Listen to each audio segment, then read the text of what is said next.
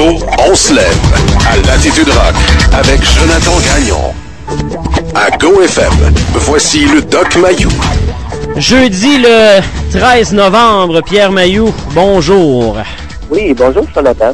Bon, je veux revenir sur la première page du Journal de Montréal hier. Bon, vous le savez, et nous, on est bien habitués à ça, c'est qu'on reçoit toujours le journal vers 9-10 heures, oui. Et on n'est jamais en mesure de savoir ce qui est véhiculé comme information. Donc, si vous trouvez qu'on est dans le champ, on est en retard, changez de poste, puis sinon, je suis certain qu'on va avoir quand même du fun à jaser de ce dossier-là. Bon, si vous avez pas vu le Journal de Montréal, Doc, vous me voyez venir, j'imagine que vous êtes bien au courant. En plus, il en a été largement question du côté d'LCN avec Monsieur Denis Lévesque hier soir. Trop gros pour la prison et la maison de transition. Big Mike qui, lui, est libéré. Donc, ce gars-là s'appelle Michel Lapointe. Il a 37 ans et il obtient une libération plus rapide en raison de son état de santé. Ça devient, sans faire de jeu de mots poche, un poids pour le système. Vous pensez quoi de cette situation-là, Doc? C'est précurseur d'une problématique importante en Amérique du Nord. Qui est la suivante? Ben oui, qui est l'obésité. Ah ouais, c'est ça. Ah oui, c'est ça. Alors, c'est le problème dans les avions, c'est le problème dans les hôpitaux. Il y a énormément d'infirmières qui se blessent auprès de ces patients-là. Alors, l'obésité est en train de devenir le problème de santé numéro 1 en Amérique. OK. Le problème le plus coûteux. Ouais. Alors, c'était la schizophrénie qui coûtait le plus cher à la société. Mais là, ça va être l'obésité. OK.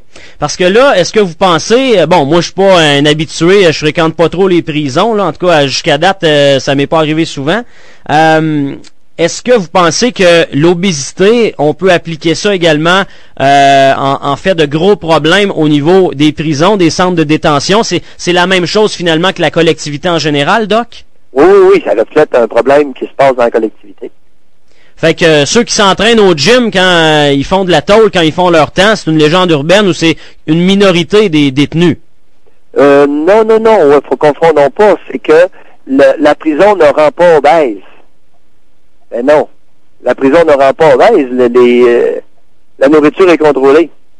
C'est l'individu Big Mike qui était obèse avant d'entrer en prison. Et c'est là que ça pose un problème. Mais il n'y a pas une certaine, étant donné que quand tu arrives en dedans, il n'y aurait pas une certaine prise de conscience qui pourrait être faite par X individus pour dire, OK, je suis ici, je suis entre quatre murs, je vais me prendre en main. Moi, c'est ce que je voulais dire, là. Se prendre en main quand tu pèses 400 livres, c'est pas évident, là. Ah ouais? Ça prend tout qu'un programme, puis un support, un entourage. Ah oui. Okay. Alors, quelqu'un qui est habitué de manger comme un porc, écoute, changera pas ses habitudes parce qu'il rentre en prison, là. Il va constamment être dans un chip, dans la liqueur à la cantine. Dès qu'il va avoir de l'argent, il va à la cantine puis s'achète des cossins. OK. Là, ça reflète, ce qui est intéressant ici, ouais, c'est que soyons bien conscients qu'on nous parle des mannequins, on nous parle de l'hypersexualisation des fillettes. L'anorexie. L'anorexie. Mais le problème majeur en Amérique, c'est l'obésité. C'est l'obésité et ça va coûter un bras. On s'en va vers une catastrophe. Écoute, 2 femmes sur 3 en haut de 45 ans sont carrément obèses, sont grosses. Et ça pose, au niveau des hommes, je ne sais pas, on en parle moins. Probablement que les chiffres sont sensiblement les mêmes. Mais Alors, il y a tous les problèmes de haute pression, troubles cardiaques et diabète reliés directement à l'obésité. OK? Ouais. Alors, la majorité des obèses sont pas en bonne santé, ils font de la haute pression, ils prennent des pilules de la haute pression, ils développent du diabète, okay? Ils sont aux pilules ou aux piqûres pour leur diabète, et ils développent des problèmes cardiaques. Alors là, les gros, les obèses, est-ce qu'on va commencer à leur transplanter des cœurs, puis des ci, puis des ça? Oh là là! Le problème se pose. Alors, c'est pas seulement en prison. Deuxièmement, dans les lits d'hôpitaux, ils sont pas un maudit cadeau. Quand ça arrive dans un centre d'accueil, cette affaire-là, là, ça n'a pas de bon sens pour le personnel. Ouais. Puis là, ça lui prend des lèvres, au lieu d'appeler ça un lift, on parle de lift, là, parce qu'ils peuvent plus déménager dans le lit lorsqu'ils ne peuvent pas bouger. Là, on parle d'un lift. Puis au lieu d'utiliser le mot lift, que le monde comprendrait, OK?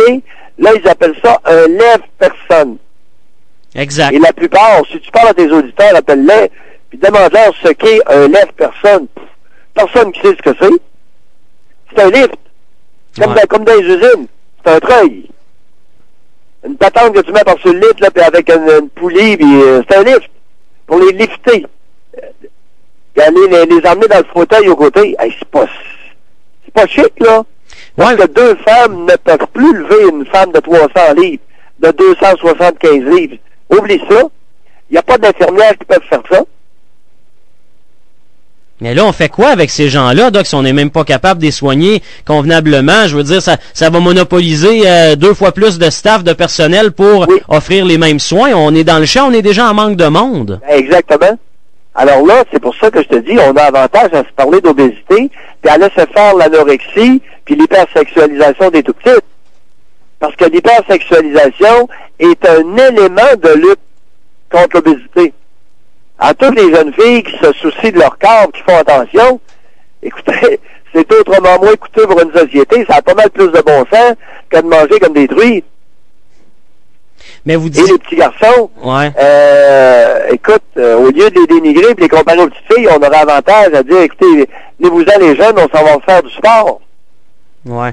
Mais Doc, vous parliez tantôt, vous aviez une statistique sur les femmes qui ont vraisemblablement un gros problème de poids, passé 40 ou 45 ans. À 45 ans, 2 femmes sur 3 sont carrément grosses. Mais avec toutes les... Et là, bon, là, on a parlé des problèmes de santé. Ouais. On n'a pas parlé des problèmes relationnels.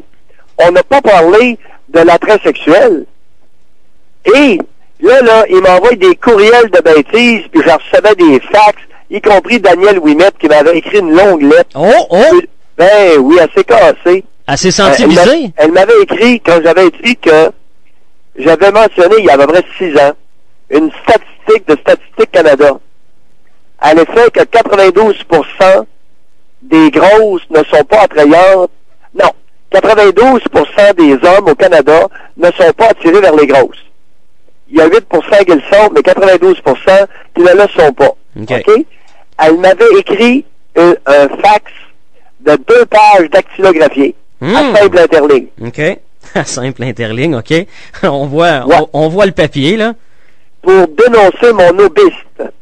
Alors là, j'avais un préjugé contre les gros. Hey, j'ai jamais répondu à ça. Ouais. Mais tout ce que je disais, c'est que l'obésité, en sus de tout ce que je viens de dire, pose un problème relationnel important et d'un handicap social au travail, parce que les gros ne donnent pas gros, là, quand je dis gros, là, c'est les deux sexes confondus, les gros ne donnent jamais, ou à peu près jamais, le même rendement que des plus minces.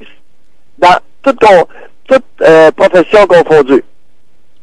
Oui, vous allez toujours me sortir l'exemple d'un gros qui est vaillant et qui travaille fort. Ben oui.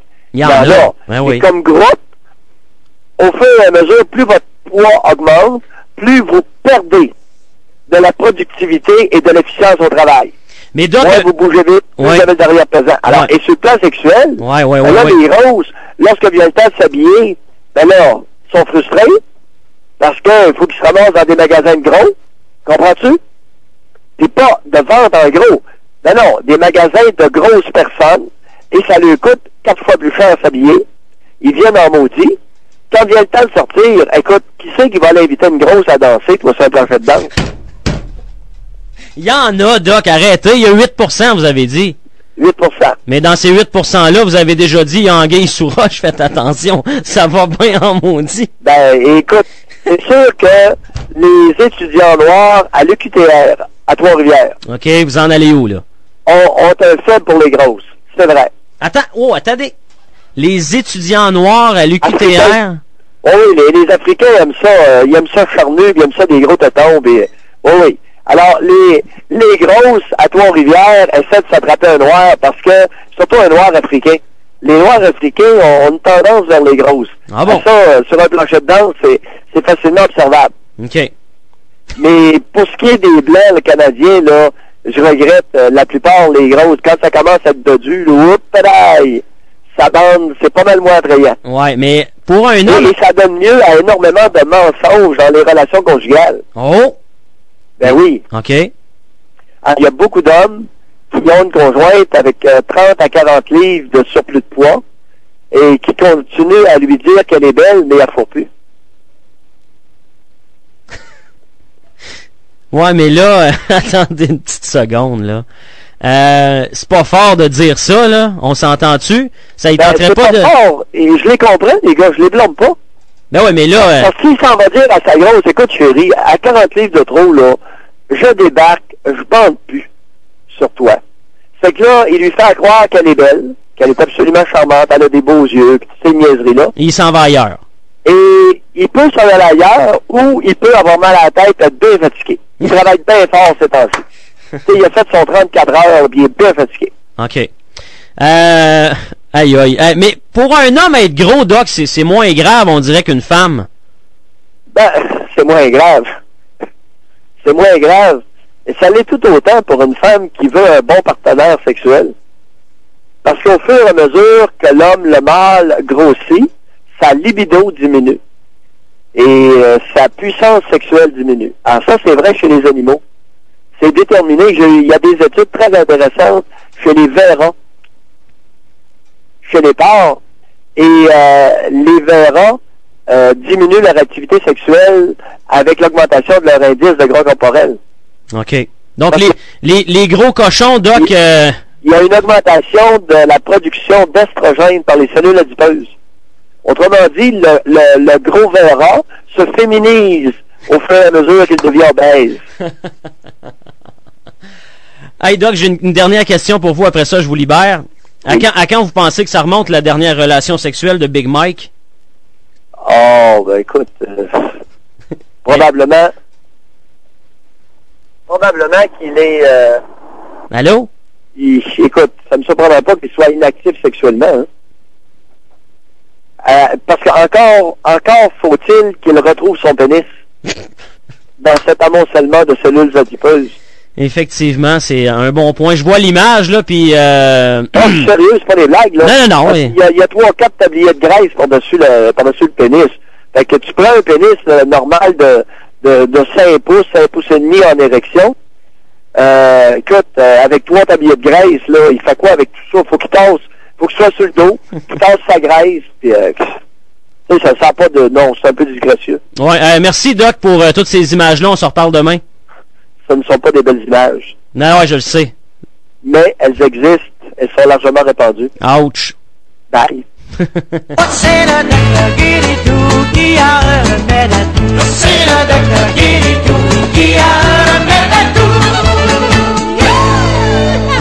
Le Doc Mayou, du lundi au vendredi à 8h05 et 17h45 à GoFM, Latitude Rock.